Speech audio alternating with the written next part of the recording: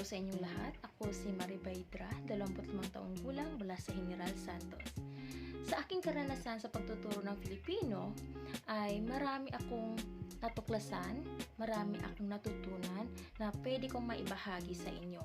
Sa unang taon ko ng pagtuturo ng Filipino sa isang napakalaking universidad sa lungsod ng Cagayan de Oro ay isang napakalaking karangalan sa akin bilang isang nooy 20 taong gulang pa lamang at nagpapasalamat sa kanilang taos-pusong pagtanggap sa akin at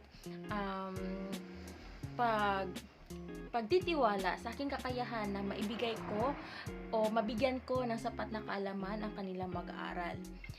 Sa mahigit tatlong taon kong pagtuturo ng Filipino sa universidad na iyon, mapa-online man or face-to-face, ay marami akong positibo at negatibong nakita sa mga mag-aaral. Bilang isang guro, masakit na makita ang iyong mga mag-aaral na napipilitan lamang na pumasok sapagkat ito ay kabilang sa kanilang asignatura na kailangang kunin sa kanilang kursong napili. Ngunit may mga pagkakataon din na sa kamalayang iyon ay gusto mong matulungan sila na buksan ang bagong pahina na iyon upang matuklasan kung ano yung naroroon sa asignaturang Filipino na kung saan ay pinilit na isiksik sa kanilang kurso. May mga iilan din sa mga mag-aaral na ito na ayaw sa Filipino sapagkat nahihirapan sila sa wikang ito sapagkat ang kanilang unang wika ay Ingles. At mayroong iilan na ginagamit ang Ingles bilang pangalawang wika. Maliban sa Cebuano ay Ingles na ang kanilang pang-suportang wika sa kanilang pang-araw-araw na pakikipagkomunikasyon sa kanilang kapwa. Kahit sa mga pag-uulat ay laging may konsiderasyong nangyayari.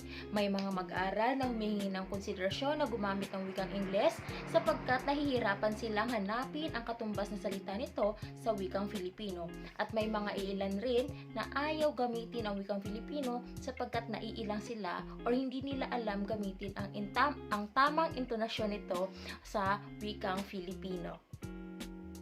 At may mga iilan rin na ayaw sa Filipino sapagkat malayo raw ito sa kanilang kursong napili at hindi naman magagamit sa kursong kanilang or sa kursong kanilang napili. So, parang kumbaga sa realidad ay hindi nila magagamit ang Filipino.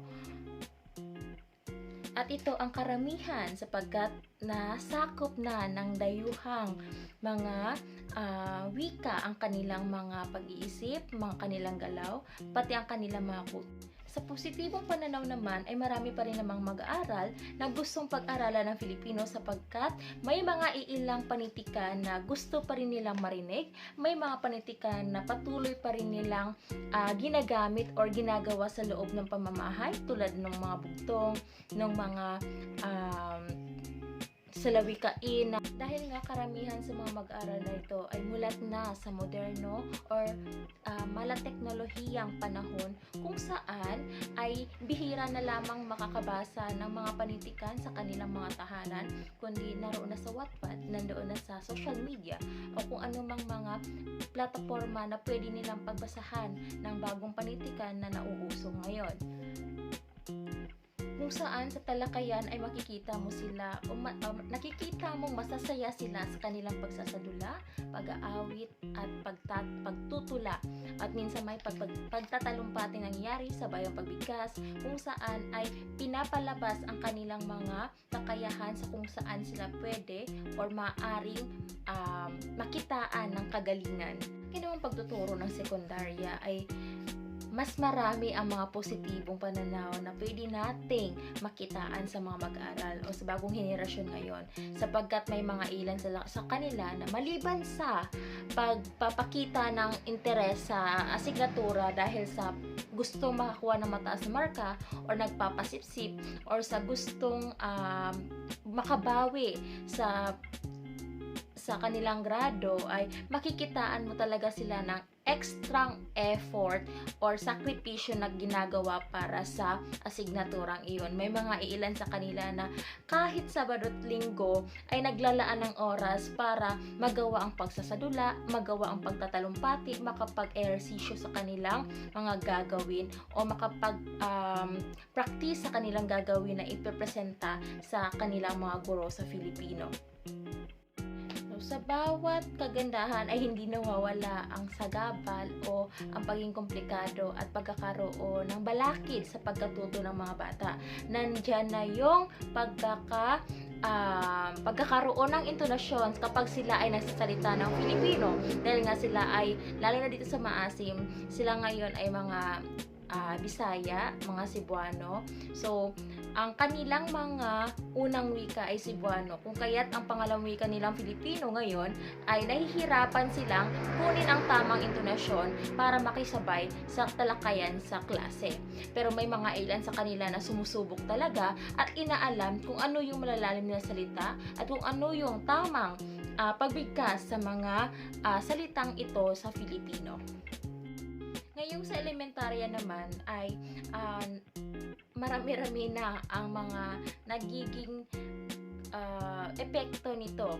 Lalo na ngayon mayroong MTV kung saan mas hinahasa o mas tinuturo na sa mga mag-aral mula primarya grade 1 to grade 3 kung saan ay MTV or kung ano yung mother tongue na ginagamit nila sa komunidad nila, yun yung gagamitin sa paaralan. Kung saan ay imbis na mapapalawak yung kaalaman nila sa Filipino, ay nababawasan sapagkat hinahasa mo na yung kanilang unang wika kaysa sa pagpapalawak ng wikang Filipino sa kanilang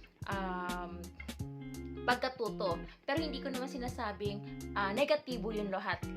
Negatibo yun lahat kasi may mga positibo din naman na nagaganap o nangyayari doon sa paggawa nila ng MTV. Kundi para sa akin ay para mas madaling maintindihan ng mga bata kung ano yung mga talakayan, kung ano sa lengguwahe nila ang katumbas ng salitang iyon ng Filipino o ng malalalim na salitang Filipino. Ngunit isa sa mga nakikita kong malaking sagabal sa kanila, lalo na ngayon sa elementarya, ay ang kawalan talaga nila ng interes sa pagkatuto o sa malalalim, sa malawakang bokabularyo ng Filipino o sa pag-aalam ng malalalim na salita ng Filipino na ginagamit natin.